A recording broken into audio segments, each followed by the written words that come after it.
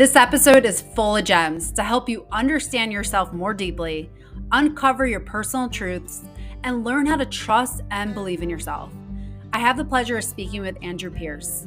Andrew Pearce is a professional stress and performance coach, showing high achievers how they can maintain performance through mastering the skill of emotional release, meaning that they're able to rest and regenerate without needing to stop doing business. Through his work, Andrew's clients also experience moments of awakening where they can connect to clarity, direction, and deeper meaning and purpose in their lives, all of which results in them being happier now through the beauty that is surrender. This conversation was full of so many things and so many stories that you can really relate to and apply to your life. I know I enjoyed it, and I really hope it serves you well.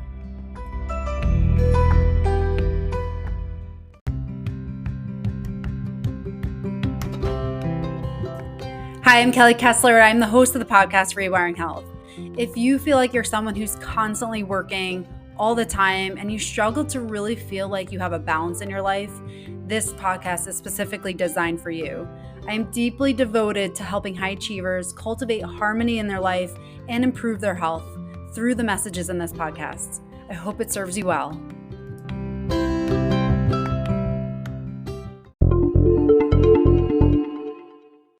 High achievement does not come without a price tag, and sometimes it's our health. If you're wondering if high achievement is compromising your well-being, take my free quiz in the show notes. Welcome to another episode of Rewiring Health. So excited to be joined by Andrew Pearce. So thank you so much for being here today. Thanks for having me, Kelly. Looking forward to having a fun conversation. Yes, absolutely. So what I love is just to hear how people got to where they are today. There's always a journey and a backstory of what brought you to what you do today. So I would love for you to share yours and how did you come to help the people that you help today? For sure. So I'm a little over 9 years into coaching. I stumbled across it when I was 25. So I was pretty fortunate to know what I wanted to do at that age. And growing up, I read my first Tony Robbins book when I was 19, 20. So I had an interest in why we do what we do, understanding social cues and things of that nature. And I knew that what I wanted to do was get paid to give people advice. I liked thinking and coming up with my principles and philosophies on life and stuff like that. And I enrolled in a Bachelor of Psychological Science, trusting that it would take me where I wanted to go. I didn't have any interest in doing 7 to 8 years to become a psychologist or psychiatrist. But that did take me where I wanted to be. Within a couple of months, I came across a definition of human behavior and life coaching on the university website. So I immediately called up and transferred to do that, to specialize in that in my second and third year. But I never got to the second and third year because not long after that, I came across an ad from the Coaching Institute on Facebook on a Monday night, called them on the Tuesday and went and signed up to the top tier program on the Wednesday. So the way that I got into coaching is a little different to most that usually have gone through some life upheaval or they've had their own coach or whatever it might be. I'm just like, this is me. This is me for sure, and what I would love to be doing. And so I first stepped foot in my first 3-day coach training room, August 1st, 2014. Originally had a business called Anxiety Free Living, looking at general and social anxiety. And then as I grew, it more came to the stress, burnout performance in the business and entrepreneurial space. And so yeah, I've got a bit of my own experience, personal experience that I've worked through from the teachings that I've learned. And nine years in now, and this is where I am. Yeah, I love that. I love that you already knew what aligned with you back then. Like you went in the direction that you felt like you were destined to be in. So I love that. And it's like, I love how those opportunities also come when you least expect it, and you go for it, and then your life takes a whole different direction. So that's absolutely amazing. Yes. As you got into coaching, a lot of times, I know from my experience, like as you coach, you also evolve too. Can you talk about your own journey as you started diving into the coaching and you're helping others, how you've had to evolve to rise up to that occasion? Yeah. So as the law of attraction works, you get who you are. So in the coach training, they said you're going to get clients who have similar problems to yourself. And so yeah, through my evolution, there's been some times where I could just feel that I've moved on from that audience or that market, or that problem, and teaching hasn't lit me up and inspired me or excited me as much as it once did. Mm-hmm. And so it was it a couple of years, 3 or 4 years in, I decided to step away from anxiety-free living, which was focusing on the general and the social, and started to get more into the business side of things, working with business owners and entrepreneurs on their personal growth so that it would reflect for them in their performance, their career, their business growth, whatever it was for them. And yeah, my growth along the way, as I'm sure you know, running a business, you're gonna grow. There is just uncertainty to face. You've got to trust yourself. You've got to believe yourself. You've got to express yourself and put yourself out there. And at times, like you're generating the leads, you're converting them, you're delivering, you're the accountant, you know, mm-hmm. You're everything. So there has been a lot of personal and professional evolution throughout those 9 years that, yeah, I mean, I could go deep on mm-hmm. here, there, and everywhere. So I'm sure it'll unravel and get more specific as the conversation goes. Yeah. So one thing that just came in my head as we were talking is that as a high achiever, like I've been a high achiever my whole life, you know, worked with many, there's often that like push pull of like, go, go, go, grind harder, push harder. And there's also that very much of a mentality of that when you follow many people, it's like, you have to do more, wake up at, 5 o'clock in the morning, grind. And oftentimes when you're already a high achiever can feel very like overwhelming, like it's never enough, so how do you balance feeling like you have to grind and go harder all the time versus allowing things to happen and kind of surrendering to what is destined to be in your life and just feeling like the universe is working for you? How do you manage a balance with that as far as like pushing yourself further versus kind of releasing into the world and letting things happen? Yeah, totally. So you said like that, it's never enough. Mm-hmm. What I would share with someone would be that the more truthful, potent statement there is, I'm never enough. Mm-hmm. And so I would guide someone to be with the statement, because is an impersonal statement. Mm-hmm. It's an external thing. It's never enough, whether it's my output, the result, what my superiors think of my work, whatever it might be. It's never enough. Yet I'm is personal language, and therefore when someone would to name their experience, I'm never enough, I feel like I'm never enough, well, that feeling's gonna come up in the body for that person to be with and for that person to release. So that's one of the first things that I would share with someone is that, because in that naming of your experience, often at times simply naming something creates enough space for it to shift and release from the body, because there's honesty within self. And just as an alcoholic who denies that alcoholism will never recover because they deny the existence of the problem in the first place, if someone always externalizes their feelings and lacks that willingness and the courage to be honest with themselves, they always will deny the opportunity for them to release, because they're not saying that it's there in the first place. So that's the first thing that I would do. Mm-hmm. And then the piece on balancing trusting and surrendering versus pushing and forcing and feeling like life is working against you is again if someone's struggling to surrender and just trust the flow of life, they need to admit that they don't trust. They're just like, I don't, to say I don't trust life is a simple yet actually quite a profound thing, because it's also something likely that a lot of people would have shame or guilt or embarrassment around, and they'd feel insecure about the fact that they don't trust life. And so, no, it's not that I don't trust life. It's just that, and all of a sudden externalize XYZ's going on, ABC has happened, and I'm just a little stressed. Mm-hmm. And it's just like, oh, you were so close. You were so close to being honest enough with yourself and truthful enough with yourself that what's in your body was about to be up and out and leave. But the fear of fear, which is the first pillar of my work that I take people through, is like, in the moment of naming, I don't trust life, that brings up that feeling in the body.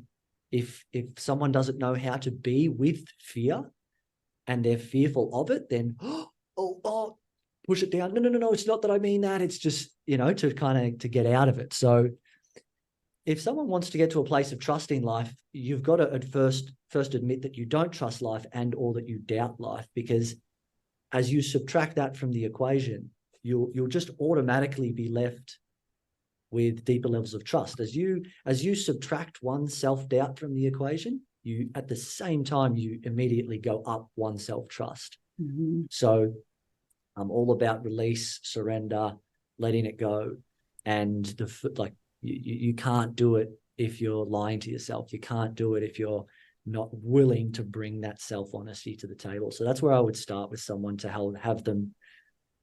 You've got to admit how much you're out of balance to get yourself into balance, Yeah, So that's where absolutely. I'd start. Yeah, for someone maybe who's like suppressed those emotions for so long and doesn't even have a great awareness of it, how would you suggest starting to bring awareness to that so that they can be more vulnerable, they can be more honest with themselves? Yeah, for sure. So the first thing I would suggest is a little methodology of emotional release I've created called the 4 permissions. Mm-hmm. And what this is about is, in the initial stages, creating safety around feeling, creating safety around emotion and being in the body. So a high achiever who has burnt themselves out, like, we'll go back to the fear of fear. A strong fear of fear, you can be an addict on the street who uses drugs to distract. You can be a CEO, multimillionaire who uses work and busyness to distract. One is more functional in terms of external results than the other. Yet fundamentally, at the core of the human experience, it's still the fear of fear that's taking place. Someone who has a very overactive, busy mind is a distraction from the emotional pain and discomfort that's in the body. And going into the body, I explain it in a way of like, imagine if you're in a haunted house by yourself, backs against the wall, no flashlight, hearing creaks, gusts of wind, terrified. And in order to make that experience better, you've got to explore the house, open up doors, turn on lights. Mm-hmm. And life is asking you to step away from the only bit of certainty that you've got, which is, my back's against the wall. I don't know what's out there. All I know is that a wall is here. That's terrifying to go and do that. So it's scary and confronting to explore the depths and darkness of your consciousness, of your psyche, especially when we don't really get taught how to navigate it. So bringing permission to your experience and letting yourself know, hey, it's okay to feel sad. You said that high achieving women are your audience. It's like, it's okay to feel sad. It's okay to feel incapable. It's, you're allowed to be tired and stressed out. So what this permission is doing is making space for emotion to move through, because emotion is energy in motion. Judgment is why we fight how we're feeling. Oh no, it's not okay to feel tired. It's not okay to feel incapable. It's not okay to ask for help. If you ask for help, it means that you can't handle it yourself. If you can't handle it yourself, it means that people are going to see you as weak, and you can't have that. So push that down, get rid of it. Permission allows a space for you to be having the experience that you're having, and the ironic thing is, so many times in life we're having an experience and we're just trying to deny it. But it's like, hey, whether you deny it or not, it's the experience that you're having. So you may as well be accepting of it and give permission to it. So to begin to get into that process is to give yourself permission of like, I'm allowed to feel. It's safe for me to feel strong emotions. I'm allowed to complain about being worn out. Even when I've got a great external life and all my boxes are ticked, I'm allowed to feel a bit victimy and complainy and poor me, and this is unfair. It's a lot of people go, I shouldn't feel bad. I've got a great life. I'm like, well, you're just judging yourself for how you're feeling. You're far better off giving yourself some permission and space to feel how you're feeling, because that's what's going to give you the resolution and the rest that you're seeking. Yeah, so important there. And I love that. I love how you give the visualization of the haunted house because it just makes so much sense. It's like, of course, you're going to be stuck there if you never take the opportunity to explore it further. So I love that visualization. I haven't heard that before. I really like that. And Yeah. yeah, I mean, I can very much relate to that like judgment of ourselves when we feel like things are not okay. And it's like, well, I have to be functional. I can't sit in these emotions. I have to do this and that. And like you're trying to check all the boxes of what you need to get done, and yet you feel this certain way that's very much resistant to moving yourself forward. So yeah, that permission is huge. When someone is giving themselves permission and feels very foreign to them, is there like a timeline when you feel like, okay, I'll give myself a few days and then I can move forward? Or is it just like, let it go on whatever course it's destined to be in? How would you navigate that? Yeah. Yeah. So there's two ways, let's say. So the four permissions that I've created are called okay, allowed, safe, and approved. Mm-hmm. Because growing up, whether overtly or directly or indirectly, we're learning it's not okay to cry. It's not safe to express your anger in this household. I don't approve of your desire for whatever. It's greedy. And okay, safe, allowed, approved. And like your expression isn't approved of, or, whatever it might be, there's then becomes judgment on our experience. Mm-hmm. And so with the four permissions, there's a little add-on that I have, which is I'm allowed to feel sad for as long as I want to, Mm-hmm. or I'm allowed to feel angry for as long as I need to. Mm-hmm. Because as kids, so often we are, we're getting rushed through our emotional state. Come on, hurry up, stop your crying, don't pull that face, all this type of stuff. Even simple little things like that, like don't pull that face, or, oh, Yeah. don't cry, whatever it might be. We're just getting told, no, we're just receiving judgment and not knowing what's going on, trying to navigate the world and getting rushed through our emotions and our experience. So there's the permission piece of like, you're allowed to feel sad for as long as you need to. Mm-hmm. Take your time, because it's going to take the time that it's going to take. So there's that answer. And there is also the answer that is looking at your life. You're like, well, look, I'm going to give myself 2 days to just feel like shit and be down in the dumps. And then I've got responsibilities and duties and demands that I need to attend to.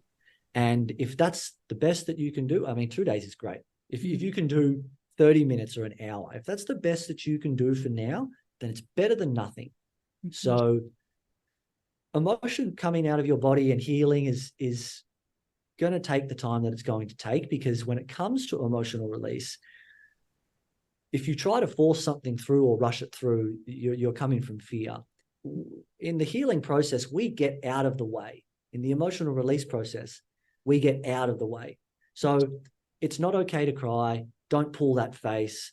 Not allowed to be angry in this household is suppressing how we feel. The permission is taking those hands off and getting out of the way, so the emotion can move through. And that is going to take the time that it takes. Sometimes something will be like, oh, uncomfortable, gone. And you're like, I don't even know what that was about. And I forget. Other times, you might be healing a wound that's got 25 pieces to it, and you've only healed 5 pieces so far. And that as a chunk is going to take the time that it's going to take. So yeah, it's a bit of a two-pronged answer to that one. Mm-hmm. Yeah, no, thank you. Because it definitely gives clarity to that and how to approach that, because it can be very, confusing to people. Like, okay, I surrender, but then I also have to be a mom. I have to be, I can't leave my job. So that definitely helped bring clarity to some of that. And how do we surrender and release our emotions in the process of also being present for what we need to be present for. So yeah, that was great.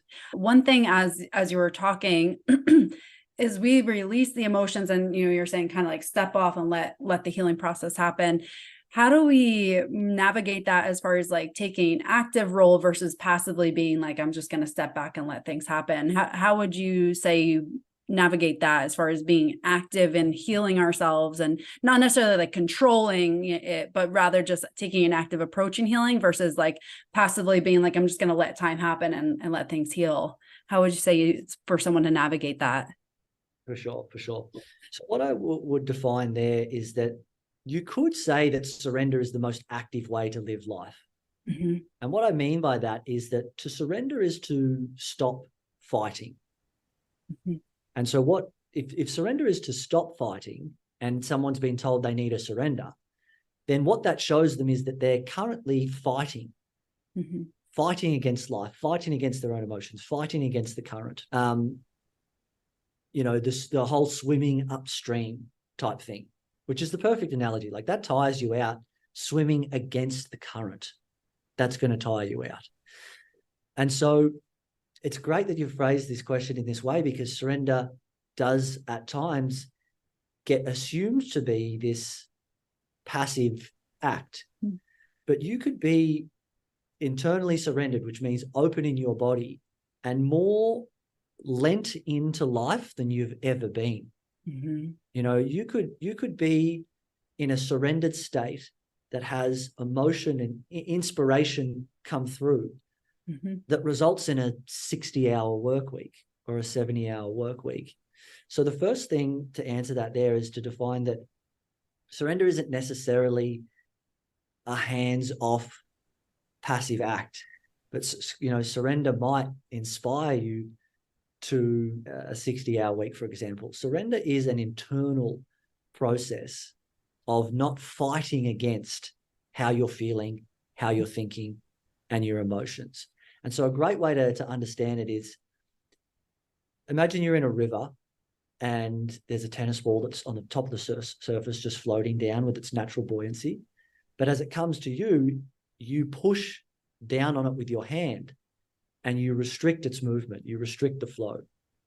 And there's a tension, there's a tightness, because there's a downward force from your hand and an upwards force from the natural buoyancy of the tennis ball. We do this in our bodies, is when something comes up in our body, it's like, oh, what's that? It feels like it's coming up to happen. A worst case scenario, a doubt, an insecurity, a fear. It feels, if we were to just let it do its thing, that it's going to come up and happen and manifest and actualize in our life. And because it feels that way, we push it down and we fight against it. But what we resist persists, and the energies that we fight, we feed. And so we only propagate things and make them worse.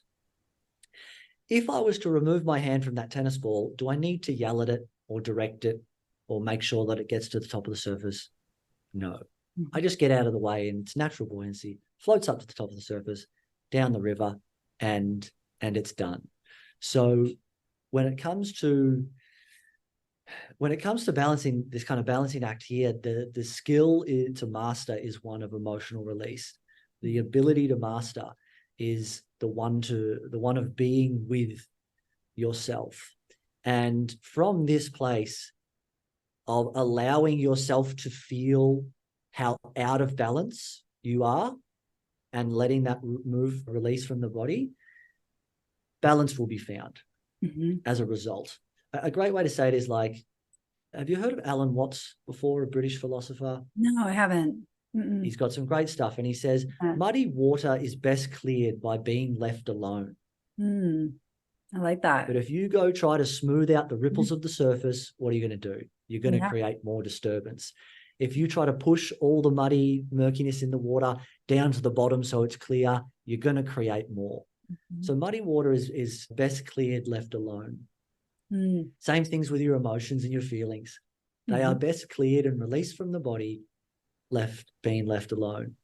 But then we can go back to the start of the conversation. At this point, people need to admit, I don't trust that, or I don't believe in that. I want to really badly, but I'm struggling with surrender. And I would let them know it's because you don't feel safe to let go, because you don't trust letting go. It feels scarier to let go than it does to hold on. And if that's the case, 10 times out of 10, you're holding on. With that safety and that fear of letting go, like for someone who maybe has been through trauma, or someone who's been through a lot in life, or just has had a really hard time in either their past or present and don't feel safe, how would you cultivate that feeling of safety where they can start to feel like they can surrender and let go and not feel like they have to control? Yes. So the first way is to validate the experience. What is so common in life, and a big reason why people hold on, is because there's the pain of the event that took place, and whether it was overtly, as in someone said, suck it up, move on, or covertly, as in no one actually validated their experience. Not only is there the pain of the event, but there is the pain of our pain either not being validated or being invalid. Mm-hmm. And so someone can be in a position unconsciously where they're just like, I've been holding on to this for 15 years and you're just telling me to let it go? Piss off. I am not letting this go until I get what I want from it. I've held on to this for 15 years. I'm not going to get validated. I'm not going to get acknowledged. It's not going to get recognized. The suffering that I've gone through and how well I've still done despite that. It's like, no way.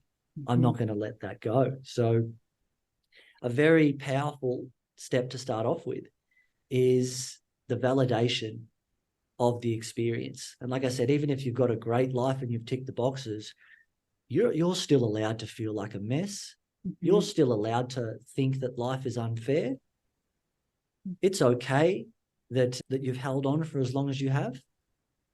And in giving yourself this permission, it's going to do two things. It's going to trigger, no, it's not. It's not okay to feel this way, because that means that if I complain whilst I've got this great life with the boxes ticked, that means that I'm a selfish, greedy bitch or arsehole or whatever it might be. And so I don't want to be that. So I'm just going to shut up, keep it quiet, suffer in silence, because that's the right thing to do. It would be wrong of me to complain. And so we just trap ourselves with judgment on top of judgment on top of judgment. That's why the four permissions, they're so simple, yet they're so powerful to begin to create safety in the body of like, oh, it's okay to feel this way? Yeah, it's totally okay. It's safe for me to complain about my great life? Totally. Go for your life. It's valid that I've suffered in silence for this long and that I'm feeling disconnected and lonely, even though I have a lot of people around me. Totally understandable. And all of a sudden, the judgment begins to lift. And from here, the result is release. And then from that, there's just more automatically more safety in the body, because there's less judgment in the body. Yeah, I really like that explanation. And it really is just so relatable, because it's so easy to get stuck in that cycle of being like, no, I'm not the one who should complain. People have it so much worse than me. Like, and it really, there is a lot of that like guilt and shame that you hold on to when you experience that. So you're experiencing like the discontent in your life, the disconnection, and then now the guilt and shame, and it just seems to compile. So I love that permission that you allow yourself to just be like, this is your experience without judgment, and releasing it. And for just kind of continuing off of that, for someone who is experiencing that, do you recommend having someone to hold space for them so that they can do that? Or is this something that someone can start to cultivate in their life on their own? What would be a good path for them to go on? Because I imagine it would be hard to make that transition when you've lived like maybe that way for 15, 20 years, and now you're trying to change those patterns that you've developed. Yeah, for sure. I'd say a bit of both. It depends how fast you want to go. You know, if you've got a one-to-one coach that can help you see those blind spots and that knows the piece of permission and the insight to offer and the perspective to give at the time, then of course that's going to be incredibly powerful. Even in a smaller group coaching container, maybe a mastermind, 3 to 5 people or whatever. Then at the same time, if you're doing it on your own for the time being, you're reading books, you're doing a digital program or following someone's work, there can still be growth and progression. Absolutely. It really just depends. How do you like to go about it? How fast do you want to go? I myself, I'm more like, when I hire coaches, I'm more of a one-to-one coach kind of guy, because I don't want to have to do a bunch of study. You've got the insights that I want to access quickly and to just be able to ask the questions. So that's how I like to go about things. So wherever you're at, there's no right or wrong path. There's no good or bad. You'll make the progress that you want to make. And if you want to move that bit faster, then find someone who's got the insights that you need to be able to master the skill of emotional release and move forward in the way that you're wanting to. Yeah, I love that. Yeah. And it just gives perspective because again, it's not to say that you can't, but it is so much, I've had a coach. It is a great experience when you have someone who can really help guide you and give you that light and light the trail that they've forged for you. So it is a really nice perspective to have that. Like you can go either way, but just what pace you want to go at. So I love that. Totally. One thing you talk about is your personal truths, and I would love for you to dive into that a little bit further. Just from what you've talked about, but why is it important that we understand our personal truths, and what are our personal truths?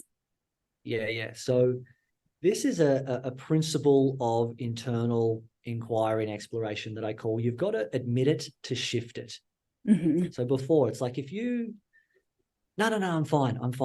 It's Mm-hmm. like, all right, that will never release, because you're not admitting, I feel like a mess at the moment. Mm-hmm. Or if you do get asked a question, it's like, oh, I'm feeling a little lost.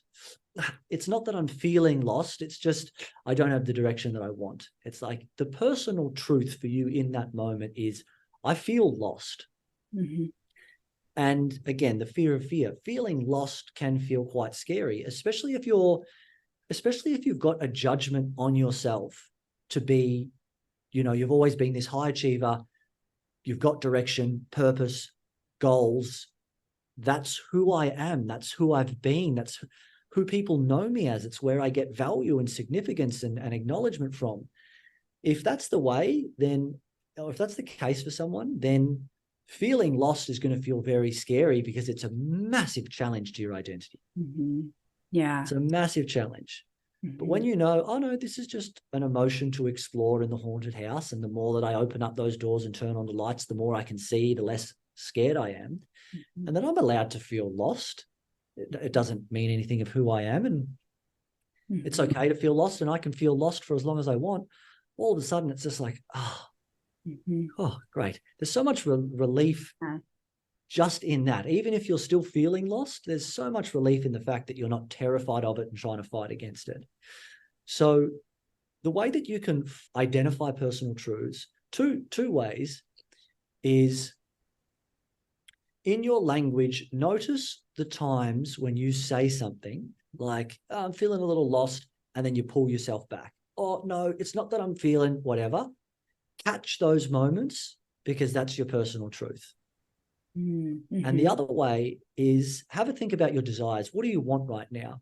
Mm-hmm. I was chatting with someone the other day, and they're like, I want to be enjoying my life. I said, okay, cool. So one of the first things that you need to do is admit to yourself that right now you're not enjoying yourself. Mm-hmm. I'm not enjoying my life. There's been moments in Bali where I'm like, living in Bali, surfing, playing golf online, like, whoa, this is great, outside the 9 to 5. And then I've been like, honest with just properly honest with myself. I'm Mm-hmm. like, am I enjoying myself though? I'm like, I'm not. No, I'm not. Am I happy? I'm like, no, I'm not. Confronting and uncomfortable to face. But what creates the space for release to take place. Mm-hmm. So notice those moments where you pull yourself up on, oh no, it's not this, and oh, it's not that I'm jealous, it's just blah, blah, blah. Whatever follows, it's not that it's 9 times out of 10, that's the exact thing that it is. Mm-hmm. Which is just very ironic, how Yeah. life works.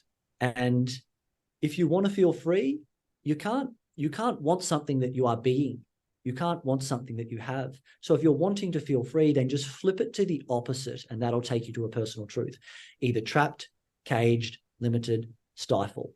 Mm-hmm. Stifle. If you want to feel productive, admit you're just like, I feel like a slob.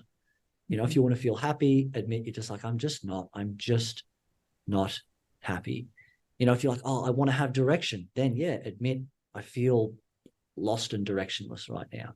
Mm-hmm. If you want to know, I want to know who I am on a deeper level, admit that some parts of you are just like, I have no idea who I am. Mm-hmm. And these are just two easy ways to take you to when I'm saying a personal truth, it's what's currently true for you. Mm-hmm. And the beautiful thing is that what's true for you today might not be what's true for you Mm-hmm. tomorrow. Yeah. If you keep resisting it, it always will be. Mm-hmm. So that's what I'm talking about when I'm talking personal truths. That's how to go about it, and that's why it's so important and powerful and important and powerful and influential, because again, you can't move on from something that you deny is there.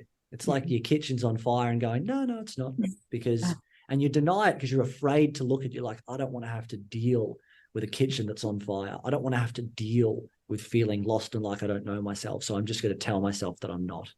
Yeah. And I feel like that happens so often. Like I know I've definitely experienced that in my life, but I love how you pinpoint how we can start identifying these things. Like those statements, I'm like, oh yeah, I've definitely made statements like that in my life, for sure. Totally. Like for sure, I can totally relate. I'm like, oh yeah, that was a moment that I need to identify that. But yeah, I love that because it's just a tangible, actionable tip. And it's like for anyone who's listening now, it's like you're going to catch yourself. I know I'll catch myself doing things like that throughout the day. And I'm like, okay, so once we have awareness of that, now we can start to change that. And I really like that. And it's just something that it's so relatable for sure. And you talked about identity, and identity is such a big thing because we move in the direction of what we identify as. Can you talk about how when we identify as something that isn't maybe as maladaptive or isn't serving us, how do we start to change our identity to be something that we desire and move in the direction of our dreams rather than being stuck in, well, this is who I am. I can't go in that direction. Yeah, totally. Great question. So I love going with Eckhart Tolle's definition of ego, which is nice and simple. And in fact, in The Power of Now, it says, simply put, ego is what we think we are. And what's also important to understand is that thoughts don't need to be conscious for them to exist. So often people are just thinking that who they are is who they think they are in their conscious mind. The honesty to get into the body, to the feeling and the personal truths, will be like, I've always thought that I'm this person, but I got slapped across the head and realized that this is who I am. So if you want to change your identity to be more aligned with what you want to create, a great insight is from a guy called Wayne Dyer, I love it because it takes you into the body and not just in the mind, is that what you feel yourself to be, you are. What you feel yourself to be, you are. So you might be like, I'm a high achiever, I'm a high achiever, I'm a high achiever. And then when you slow down and be with yourself, you might feel like you're a bit of a fraud. You might feel like you're a slob, even though your external results would suggest otherwise. And, high achievers create results, but it comes from force. And you can just bowl on over those fears. You're not moving through them and letting the release from the body. You're bowling over those fears and just smashing on through. And this is how you burn yourself out and tire yourself out, because there's so many internal fights that are going on that you've got to keep up. I explain it of like, if you're running from someone and you turn around and slam the door, with a door, like you can put your foot at the bottom of the door and it's quite effective to keep it closed, even if that person's pushing as much as they can. But then there's another person behind and another person behind, another person behind. The pressure behind that door builds. And then you're having a conversation with someone and you're like, half of your attention is on the door. You're worried about the door swinging open and hitting you. And imagine having 100 of those or more in your body at all times. Playing out, and you're just like, I'm terrified that if I were to just ease up for a moment, bam, I'm done. And so the ability to name and be honest with yourself as to where you're at and who you currently believe and feel yourself to be is going to create the space for you to then step into who you want to be from a place of ease and effortlessness and flow. And so you've got to be willing to die to who you currently are. Jim Rohn's Good to Great. You've got to be willing to confront and die and face who you currently think yourself to be. You've got to be willing to face the uncertainty of who am I? The ego is what we think we are, and we are identified with our external world, our results, our past, our principles and our ideologies, our philosophies, the people around us, the status, the job title, whatever it might be. You've got to be willing to not know who you are. You've got to be willing to dive into the uncertainty. You've got to be willing for who you think you are to die so that you don't have this dependency. This is who I am, because you'll be gripping tight if you are. And without that willingness, you just simply will not let go for no other reason than a lack of willingness. So to shift the identity in a fundamental and effective way, you've got to be willing to die to who you currently are and let go of who you think you are, and face the uncertainty of what's on the other side. I love that. And I love that example of the door. It's so like, you can feel that, like how that would feel. It's like, I've definitely experienced that in my life, but it's like to hear it in those terms where you're like trying to keep all those doors shut and all the people are pushing on it. It's like, it's just like trying to juggle 10 balls and you can never let one drop because it's just too much, pressure on you, and you have to keep everything going. And yet you're human and you can only do so much. It's like, and I love the identity too, is just diving in deeper and not allowing the external world to identify who we are, but really just identifying who we are in our core and our soul. So I love that. For someone who's listening and is like, loves this, but is like feeling they don't know where to start, how would you recommend someone doing something today? What could someone do in this moment just to start to dive into learning how to surrender, really get your identity, learn their personal truths? What's something they could just start with, as small as it is? Yeah, as small as it is, they can start by writing down, how do I want to feel? So just that question, how do I want to feel? And then use the opposite to flip it over and be like, I want to feel I want to feel like I'm enjoying my life. I need to admit to myself that I'm not. And you can begin to go through the 4 permissions that it's like, it's okay that I'm not enjoying my life, which it's going to be uncomfortable. I mean, it's going to be uncomfortable. It's going to be emotionally uncomfortable. There's going to be pushback from other parts of yourself and other thoughts. No, that's silly. That's stupid. This guy doesn't know what he's talking about. Don't do that. Oh, if you do that, you'll lose everything. There's going to be pushback. There's going to be fear that gets triggered. But that's something that someone can start to do. Really think about the tennis ball analogy. Yeah, I like that one. And to go deeper into that, the way to do it is to identify, like tune into the fact of like, oh yeah, I can feel the sadness in my body. And then I get people to go, can you notice how you're pushing back up against it? It's like, oh yeah, I'm doing that, which is often at times it's just like, oh, what's going on? This is just happening to me. I'm just feeling sad, or why am I? You've got to figure it all out. And it can feel as if that the experience is just happening to us. But when someone realizes, oh, I'm doing that, I'm like, push a little harder. Oh, yep. Ease it off a bit. Push a little harder. Ease off. That gives a felt sense of the fight and of where they're at. And because it gives them a felt sense of what fighting is, innately, we all know what surrender is, even if we're not aware of it yet. Because we have a felt sense and a point of reference of what fighting is, it gives us a point of reference and a felt sense of what surrender must be. Well, if that's what fighting is, this is what surrender must be. So that's what anyone can get started with today. I really like that. And it's like, as you're speaking, that's the same thing with the body. It's like, if you don't know how to relax, engage the muscle, and then you can teach it how to relax. It's very, very similar to mine. Yeah. So I love that. What a great example. And I've really enjoyed this conversation. And for someone who wanted to connect with you, learn how to work with you, or just get into some of your programs or what you have, how can they find you? Best way is to jump over to the website, which is www.andrewdpearce.com. There's some freebies there. There's a one-to-one coaching application. There's a bunch of video and written content, links to my socials. It's just really the best place to go. Great. And I'll put that in the show notes too for anyone listening who wants to connect with Andrew. I highly recommend it. This has been just so insightful and really have enjoyed this. So thank you so much for being here today. Yeah, it's been a pleasure. And thanks for having me on.